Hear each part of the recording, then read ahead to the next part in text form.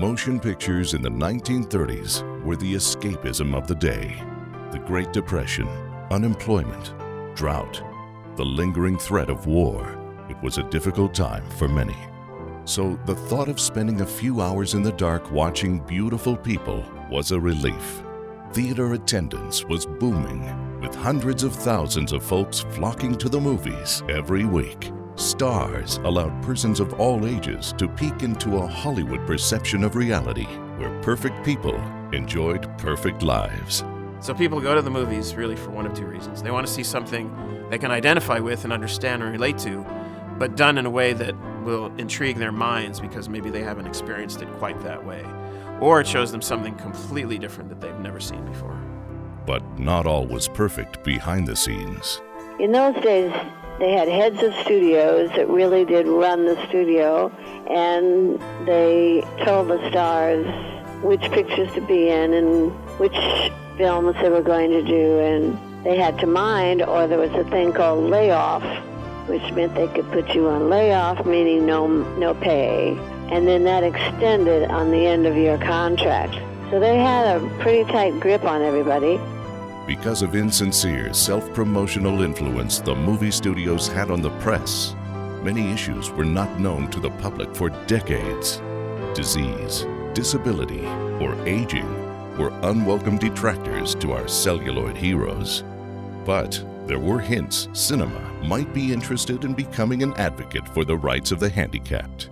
1910, they're already doing a Frankenstein, and he's portrayed as a very demented, kind of awkward figure. He's not exactly a monster, but he's definitely an awkward, sympathetic character. And that was the first time that they really had presented disability in a sympathetic manner. This is someone to have sympathy for because he's a positive character. You like the character.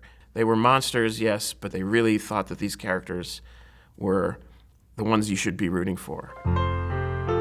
Enter Lionel Barrymore, already a major star with roles in A Free Soul, Grand Hotel, and Dinner at 8. The studios and film fans loved him. What wasn't known to theater audiences, Barrymore was harboring a secret. Now, a lot of people will say Louis B. Mayer was, difficult to deal with, but I will say he was wonderful to Lionel Barrymore because he felt he was such a great actor that when he did become disabled, they wrote films for him. They were doing the Dr. Kildare series, which I did, and they wrote that the doctor was in a wheelchair, and it worked beautifully. The studio did very well with the Kildare series, so it showed that it didn't inhibit their money-making ability at all. Even though Barrymore didn't want his disability acknowledged on screen, there was a change going on in Hollywood to champion the stories of those with disabilities and cast disabled actors as well. I do admire Louis B. Mayer, that he did write films for Lionel Barrymore. Three Wise Fools, that Lionel Barrymore was in the wheelchair.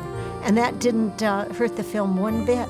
And the audience didn't even notice that he was in a wheelchair in the film. As America approached World War II, Barrymore, along with Franklin D. Roosevelt and Helen Keller, who suffered their own extreme set of physical impairments, altered the conventional wisdom about the nature of disability. With an untested yet progressive strategy, these three iconic names helped forge impressive paths that barely crossed. But their collective journey still globally resonates. Together, they share a remarkable story.